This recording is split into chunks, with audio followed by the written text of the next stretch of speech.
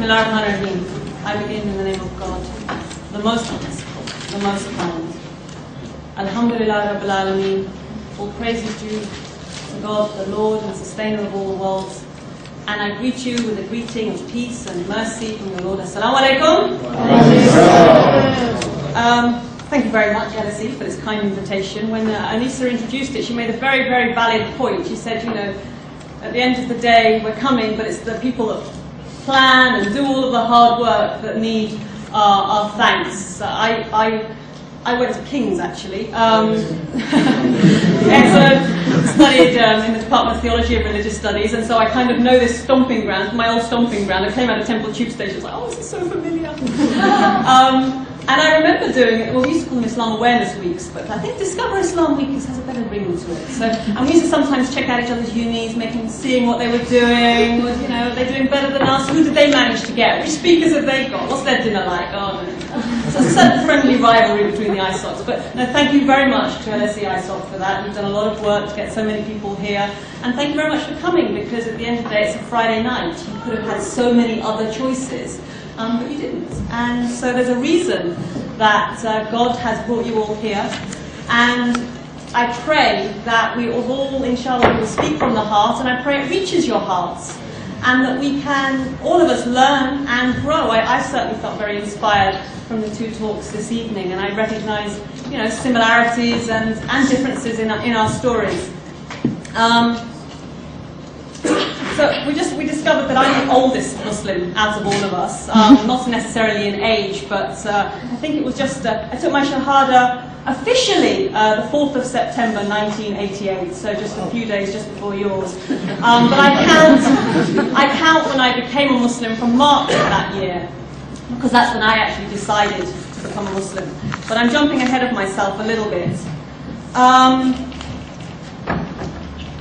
have a sort of mixture of Christiana's upbringing and then the religious upbringing. I grew up in a model agency.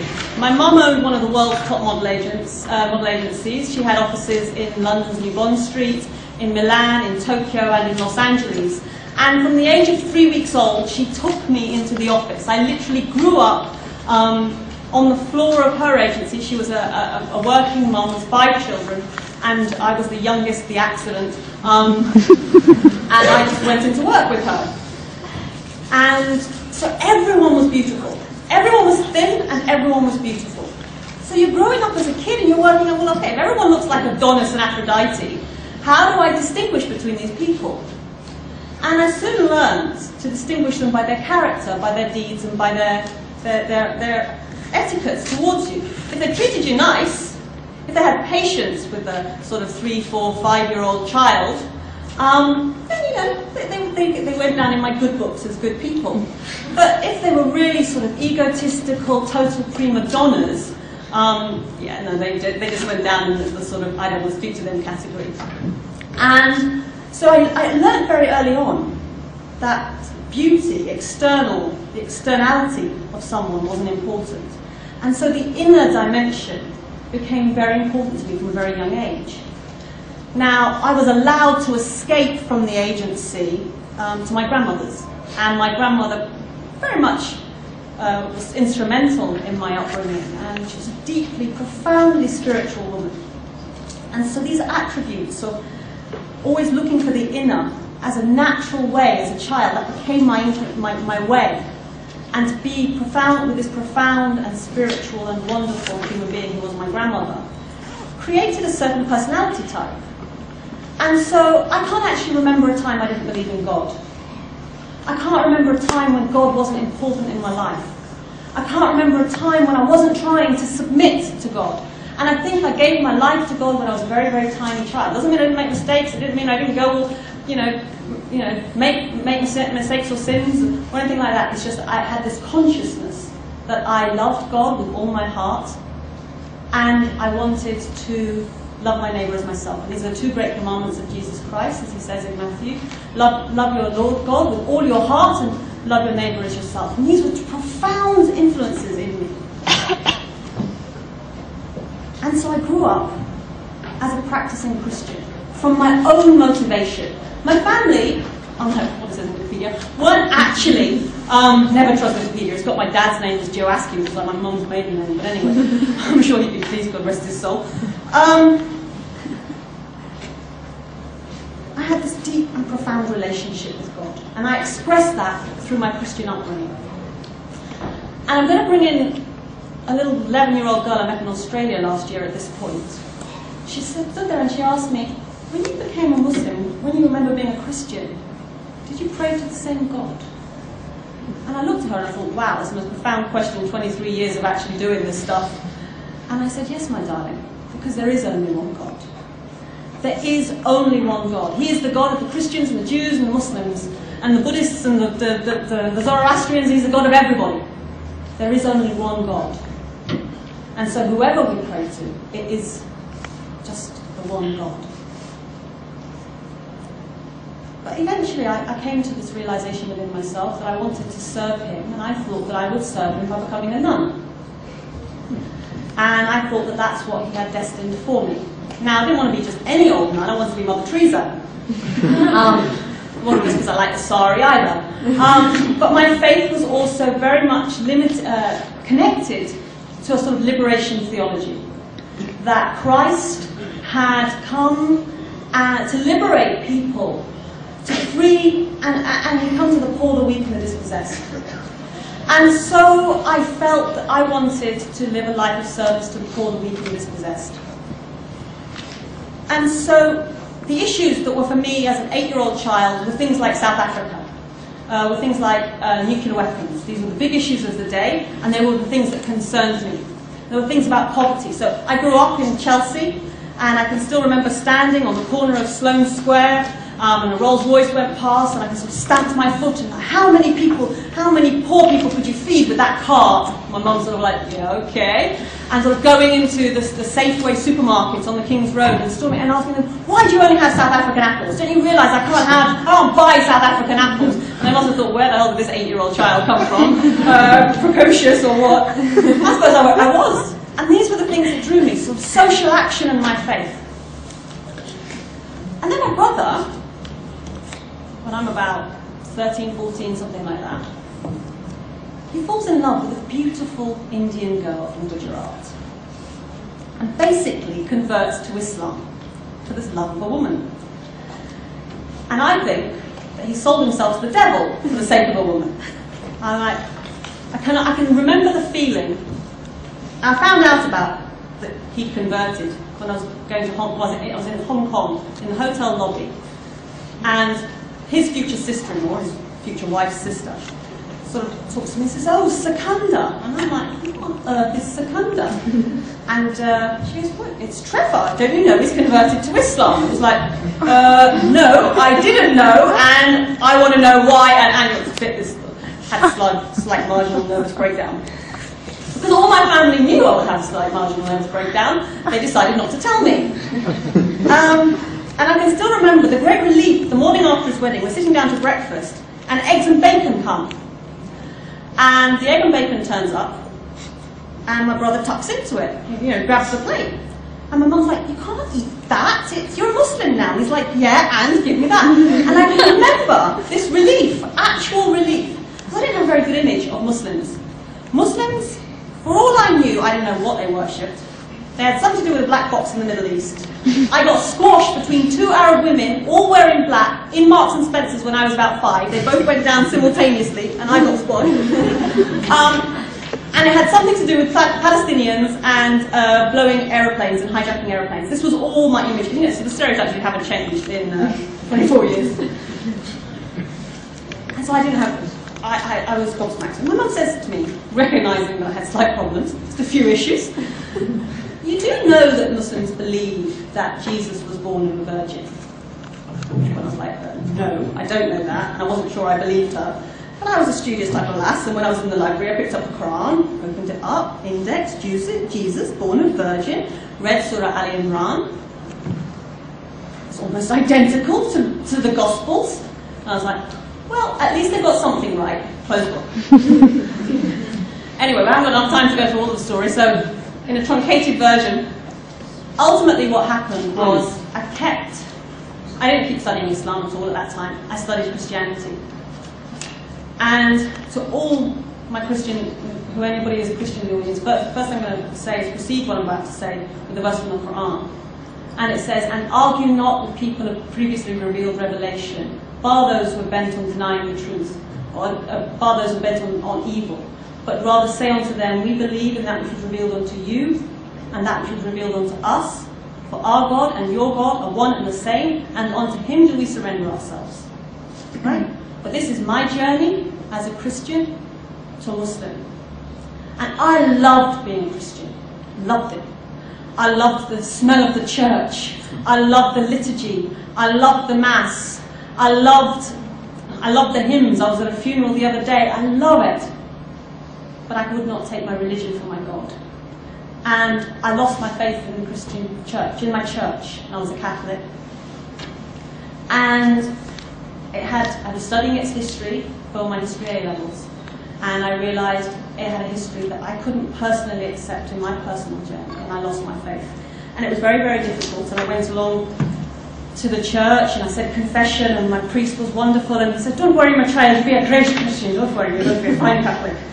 Unfortunately, he wasn't right, but he was very sweet. At the same time, I was studying Islam. And the thing with it is it kept answering the questions. And it was like the same, but different. And so you've got the story of Adam and Eve, and I can't do that much theology in the next 4 minutes or 5 minutes. But you've got Adam and Eve. And there's the fall, and there's the tempting, and there's the tree. But they're both mutually responsible.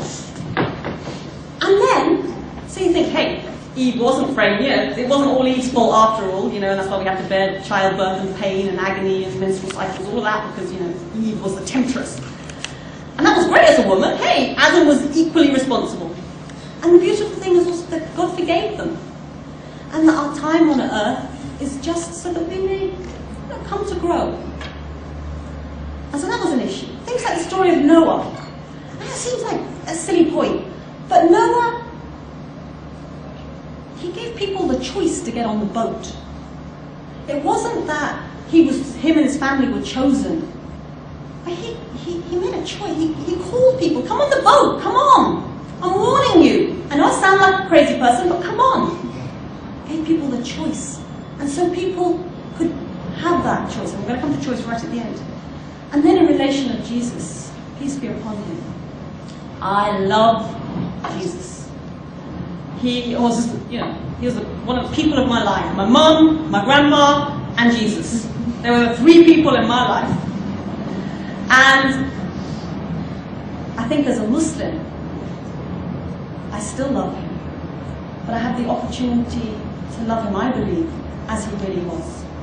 And that is as a prophet of God, born of a virgin through the power of God, as an example of God's power rather than Christ's divinity. Because God can just do anything. He just says, could it ever be, and it is. And the parable of Jesus is that of Adam. If we think that Jesus was a miracle because he was created without man, then Adam was a miracle because he was created without a man or woman.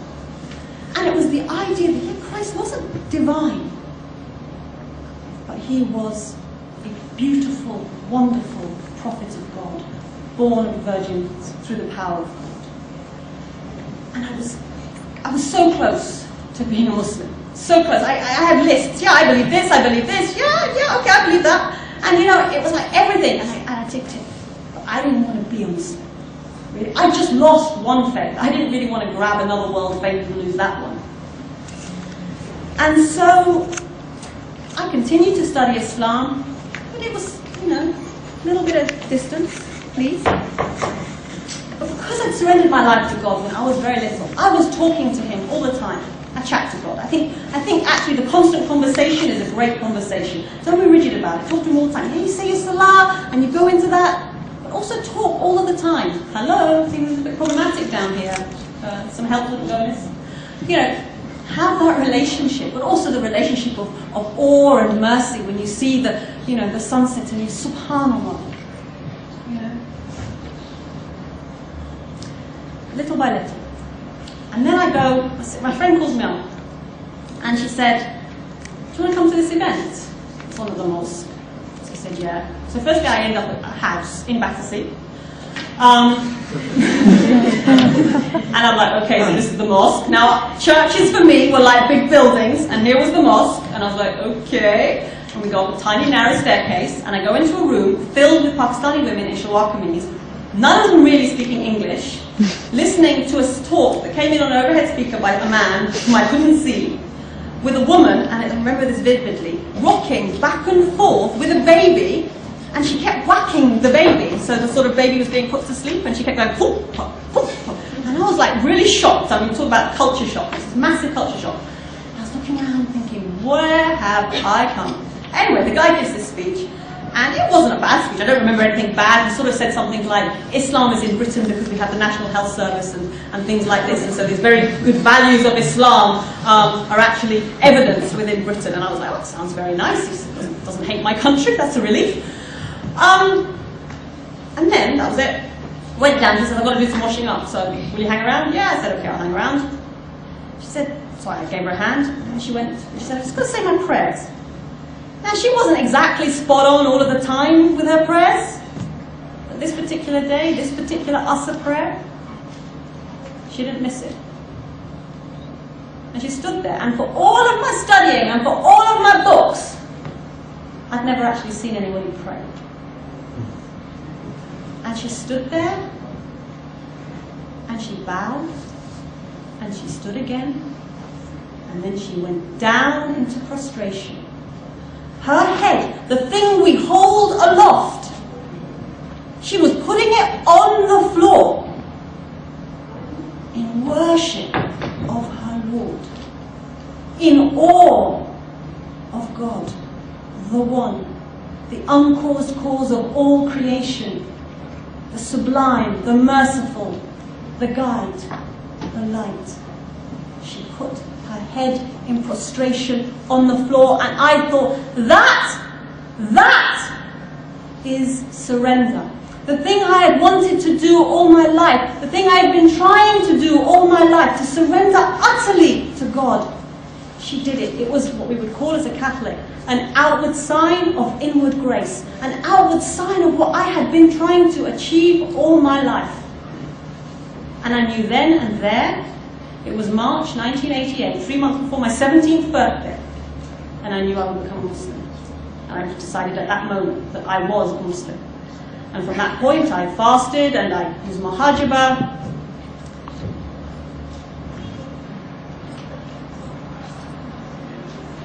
Just two very final points. It's all very nice coming and listening to these stories. They're just our stories, our journeys. Each one of you has a journey from birth to death. But this very short time, as the Prophet ﷺ described, is just like stopping the shade under a tree. It is the life of the hereafter. That is life, if we but knew it. But in this tiny journey, just written in my editorial, it's called the dash. You know, you see on gravestones, from the beginning to the end, there's a little dash, a hyphen in the middle. That's our life. From the birth to the death, that dash is our life. Is that dash, is your dash going to be a life of surrender? Surrender utterly. Surrender utterly. And number two, you've all come here to listen to 4 people talk about their journey to surrender, because that's what Islam means, their journey to surrender, their choice. Oh, you're better than us, you chose Islam. How many times have I heard that in my 24 years? My dearest brothers and sisters, every single human being has to choose. Are you going to choose to lead a life of surrender in worship of your Lord or not? Are you going to live a life of kindness to your fellow human beings because of your surrender to the one true God or not? Are you going to give your life to Him, to surrender utterly or not? The choice is for each and every one of us. The fact that we're here from MTV and Covent Garden and model agencies makes our choice seem stark. But it's the same for all of us. We all have a choice. And are you going to choose to surrender? Jazakallah khair for your time and your attention. Anything I've said of any good is from Allah. Mistakes, they must certainly mine. Assalamu alaikum.